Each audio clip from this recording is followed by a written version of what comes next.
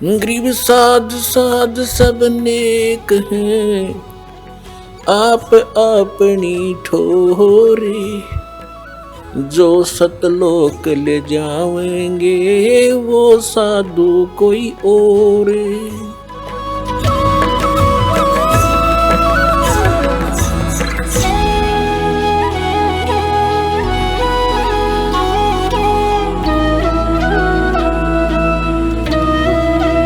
प्रसंग चल रहा था कि ये शिक्षा, अब शिक्षा प्राप्त करके हम बेईमान और हो गए, चतुरता आ गई हमारे अंदर, एक शिष्टाचार खत्म हो गया।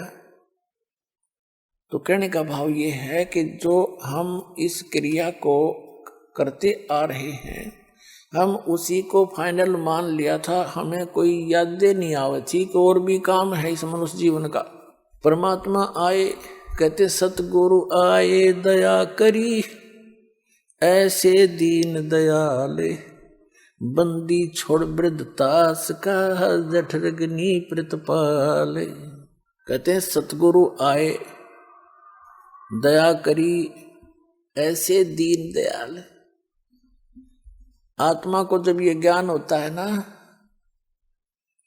फिर यह तड़प उठती है, अब बता कि क्या काम हम कर रहे थे, करना क्या चाहिए था हमने। उसके लिए परमात्मा ने से फिर कैसी पुकार करती है।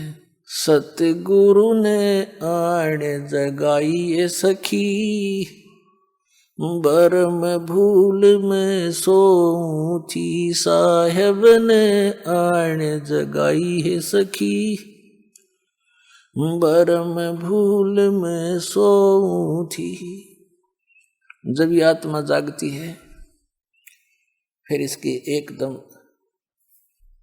ये सतर्क होती है और विवेक करती है, क्या क्या काम कर रहे थे, क्या इतना ही काम था मनुष्य जीवन का।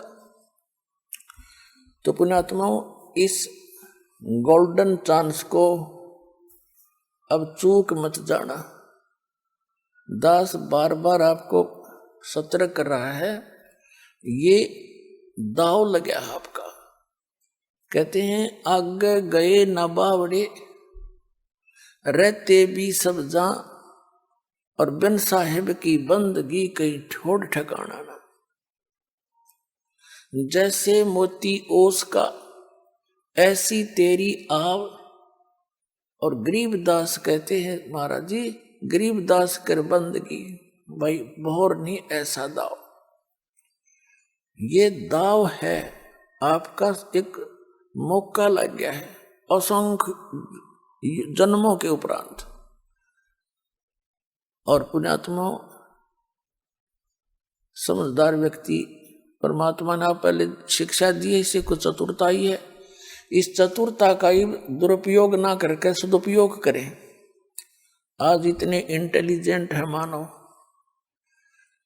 कोई एडवोकेट बना है, कोई जज बना है, कोई इंजीनियरिंग कर रहा है, कोई डॉक्टर बन गया है, और कंप्यूटर तक की खोज कर ली। तो परमात्मा ने आपको यो माइंड दिया है, और हमारा उद्देश्य क्या है, इस पर भी थोड़ा सा ध्यान दो। आज आपने बालक पढ़ा दिया, बेटा या बेटी, अच्छी पोस्ट मिल गई। एक बता रहा था मेरा लड़का एसडीएम सिलेक्ट हो गया, ब्याह की तैयारी कर रखी। बता रहा था मेरा रिश्तेदार का, वो भी अच्छी पोस्ट थी उसकी, उसका पुत्र एसडीएम सिलेक्ट हो गया, ब्याह की तैयारी थी। और वो अपने मित्रों को इनवाइट करने के लिए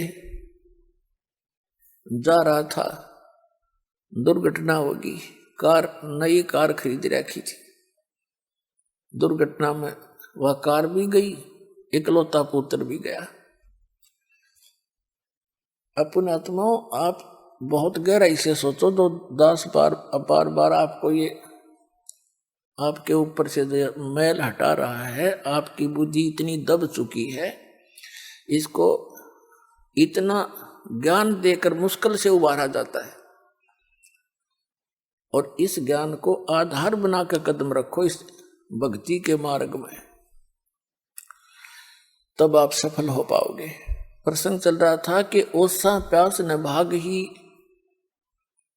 जब तक दसे नहीं आब।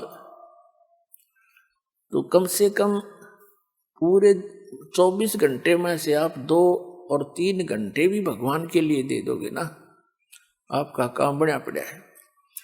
पर मर्यादा में रहना, मर्यादा से बाहर नहीं होना।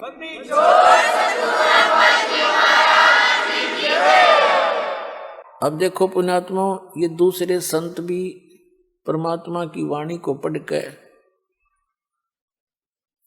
जैसा उनकी बुद्धि ने काम कराया, कुछ थोड़े बहुत मिलते जुलते से ज्ञान को बताते रहे।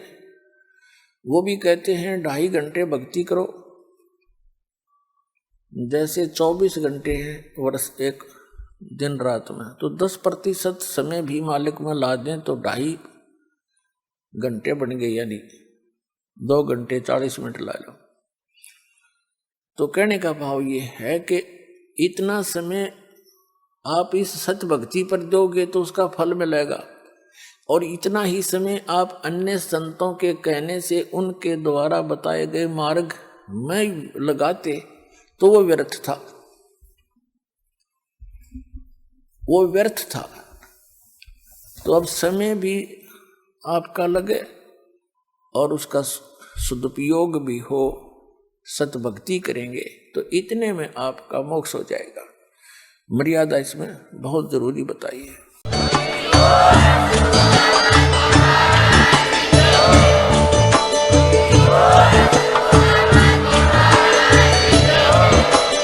आप सुन रहे थे जगत गुरु तत्वदर्शी संत रामपाल जी महाराज जी के मंगल प्रवचन। अधिक जानकारी के लिए विजिट कीजिए हमारी वेबसाइट www.jagatgururampalji.org। संत रामपाल जी महाराज जी के शुभ आशीर्वाद से पूरे विश्व भर में 500 से भी ज्यादा नाम दीक्षा केंद्र हैं, जिन पर संत रामपाल जी महाराज जी द्वारा ऑनलाइन निशुल्क नाम दीक्षा दी जा रही है। अपने नजदीकी नाम दीक्षा केंद्र का पता करने के लिए संपर्क करें 8222880541।